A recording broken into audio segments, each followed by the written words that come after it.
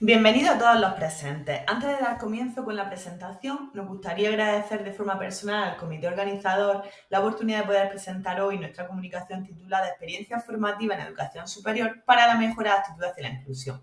realizada por Inmaculada García, Carmen Gallardo y Yola Aracheca. Tal y como aparece en esta diapositiva, esta es la estructura que guiará esta presentación.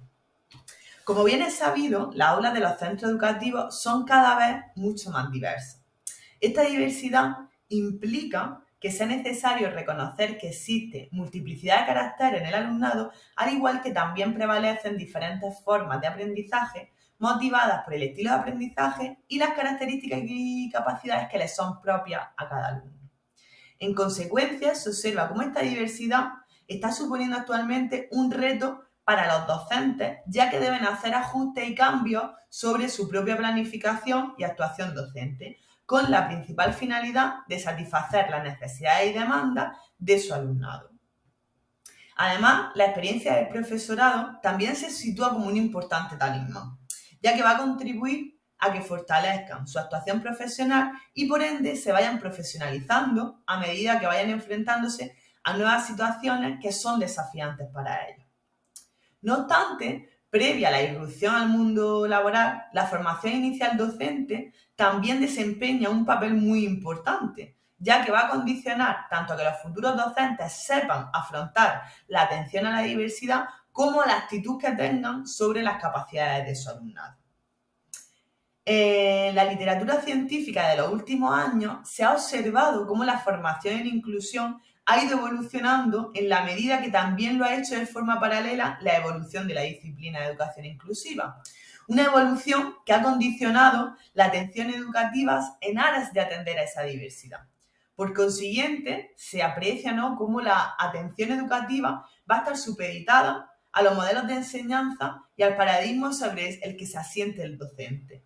Estos modelos de enseñanza y la epistemología van a ser los que aporten coherencia a la transposición didáctica, seleccionándose una estrategia metodológica docente en detrimento de otras para poder cubrir las necesidades educativas de todo el alumnado, de acuerdo siempre con el perfil psicoevolutivo y el contexto donde tengan lugar las situaciones de aprendizaje. En base a estas aportaciones precedentes en una línea muy general, la experiencia que hoy presentamos tenía como objetivo mejorar el conocimiento y las actitudes que futuros docentes de educación primaria tenían acerca de la atención a la diversidad, en el marco de una asignatura troncal de la titulación del grado de educación primaria en la Universidad de Granada. En concreto, se pretendió que los aspirantes a maestros fuesen capaces de considerar y establecer diferentes grados de dificultad en la elaboración de materiales didácticos dirigidos a alumnado que se encontraban en una modalidad de escolarización de centro de educación especial. La experiencia consistió, como ya he mencionado, en la elaboración de esos materiales inclusivos adaptados para ese tipo de alumnado, que tuvo una duración total de 6 semanas. Como se puede apreciar en pantalla, esta experiencia se estructuró en tres fases claramente diferenciadas. En la primera de ellas se realizó una aproximación conceptual sobre los diferentes colectivos de alumnado con necesidades específicas de apoyo educativo, con la intención de dotarles de una base sólida sobre las características que presentaban y las necesidades educativas que demandan. Una vez enseñada esta parte, se le presentó una caracterización del centro y el perfil del alumnado escolarizado en el mismo. Y por último, esta fase culminó con la visita a dicho centro. Por su parte, la segunda fase se correspondió con la elaboración de los materiales adaptados para este perfil de alumnado. Para ello, se utilizó la estrategia metodológica de grupos cooperativos, conformándose grupos de 4 o 5 personas. Cada grupo tenía que diseñar actividades dirigidas a la adquisición o consolidación de una de las áreas de desarrollo, y este proceso de elaboración fue supervisado por la docente de la asignatura, así como también por los profesionales del Centro de Educación Especial. De la misma manera, en esta fase se distribuyeron los roles entre el alumnado, de forma que había responsables de los materiales elaborados, que eran los que se iban a encargar de mostrarlo a los estudiantes y realizar las adaptaciones pertinentes, la figura de acompañantes, cuya principal misión era ir acompañando a un alumno asignado por todas las estaciones y ayudando a los compañeros de la estación en la realización de la adaptación del material, y la figura de los animadores, que tenían que entretener a los niños durante su transición a las distintas estaciones y satisfacer las necesidades que pudiesen aparecer en el transcurso del desarrollo de esta experiencia.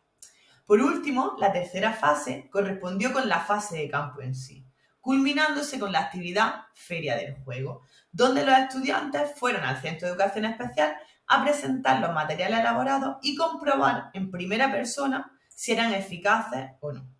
Esta fase concluyó con una reflexión final que se hizo a posteriori,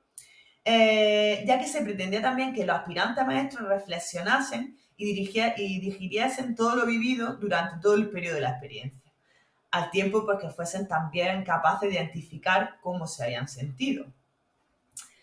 Tras el trabajo realizado durante las 6 semanas, como ya mencionaba, se puso en marcha la Feria del Juego en sí, como producto final de la experiencia. En ella los estudiantes del grado llegaron a primera hora de la mañana, al centro educativo para poder distribuir los espacios antes de la entrada del alumno al centro. De esta manera, todos los materiales que se elaboraron por los estudiantes fueron distribuidos en torno a 3 partes. Una parte motora, donde se incluyeron todas las estaciones relacionadas con el ámbito psicomotor. Una parte sensorial, donde se incluyeron estaciones dirigidas a trabajar el componente somático del aprendizaje a través de los sentidos. Y por último, la parte artística, que estaba compuesta por la estación de dramatización y la coreográfica. Se optó por esta distribución porque dentro del alumno escolarizado en este centro existían grandes diferencias en cuanto a su perfil y posibilidades de actuación. De esta manera, considerando las características del alumnado, se establecieron 4 grupos de alumnos, distinguiéndose entre alumnado con autismo y potenciales motores, alumnos con movilidad reducida y diversidad intelectual moderada, alumnos con diversidad intelectual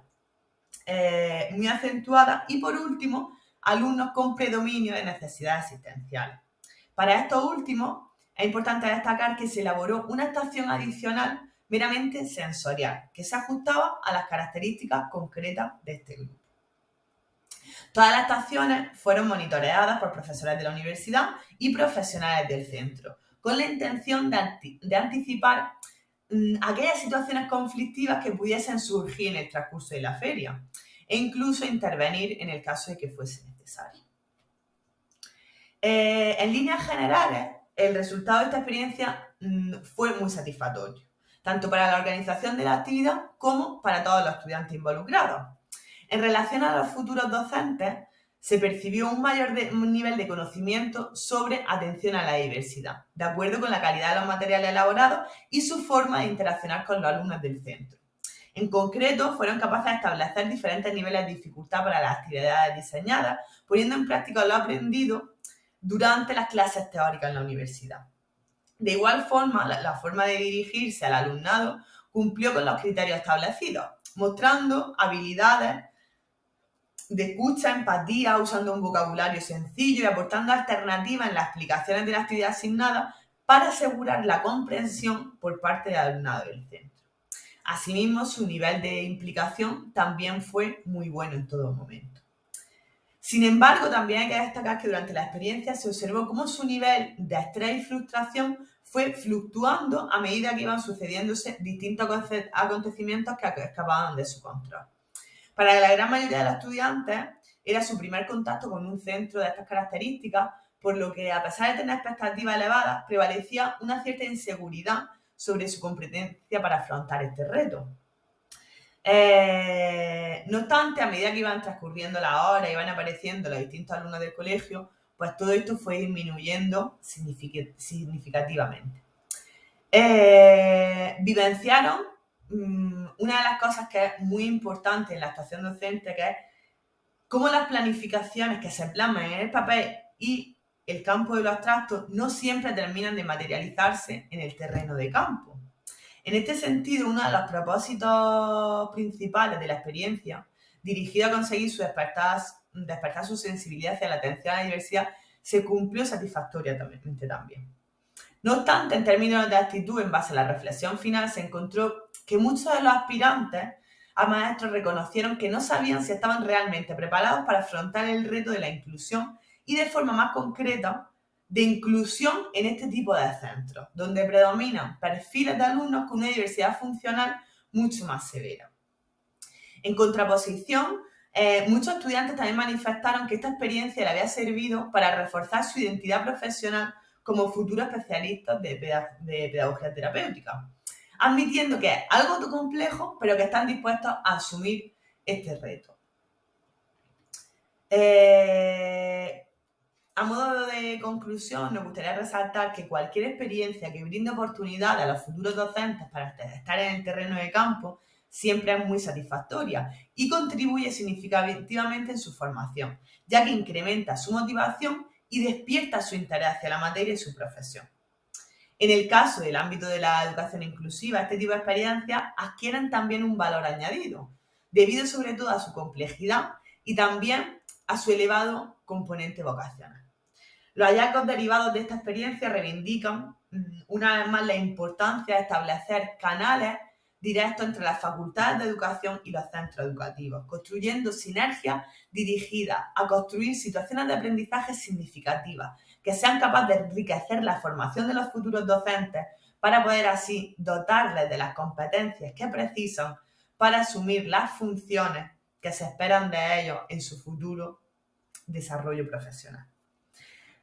Sabemos que la inclusión es una tarea ardua que requiere de tiempo, esfuerzo, dedicación, entusiasmo para materializarla en la realidad.